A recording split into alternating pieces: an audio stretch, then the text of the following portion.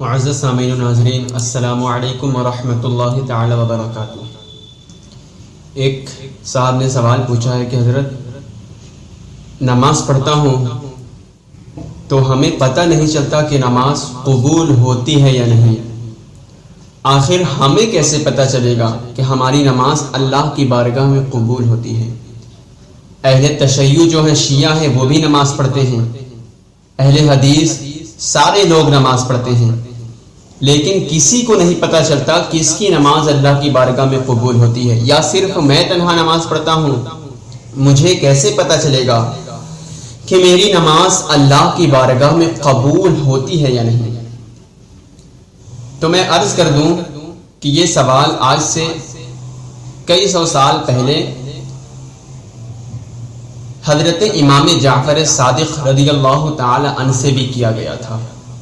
ایک شخص حضرت سیدنا امام جعفر صادق رضی اللہ تعالی عنہ کی خدمت میں حاضر ہوتا ہے اور عرض کرتا ہے، اے امیر المؤمنین، ہمیں کیسے پتہ چلے گا کہ ہماری نماز اللہ کی بارگاہ میں قبول ہوتی ہے؟ نماز تو میں پڑھتا ہوں، لیکن یہ کیسے پتہ چلے گا کہ نماز اللہ کی بارگاہ میں قبول ہوتی ہے؟ تو حضرت سیدنا امام جعفر صادق رضی اللہ تعالی عنہ نے جواب ارشاد فرمایا کہ اے شخص سنو، اگر تمہاری نماز تمہیں گناہوں سے روکتی ہے تو تم سمجھ لو کہ تمہاری نماز اللہ کی بارگاہ میں قبول ہوتی ہے، لیکن اگر تمہاری نماز تمہیں گناہوں سے نہیں روکتی تو پھر یہ تم سمجھ لو کہ تمہاری نماز اللہ کی بارگاہ میں قبول نہیں ہوتی۔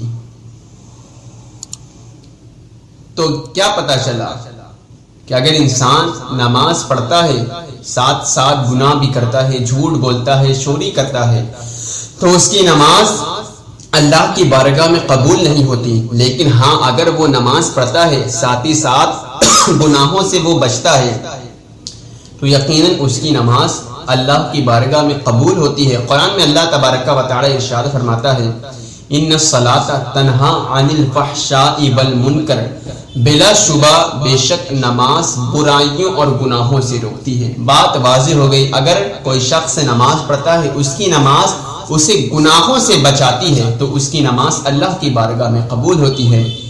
بس اللہ تبارک و تعالی ہم سب کی نماز کو قبول فرمائے۔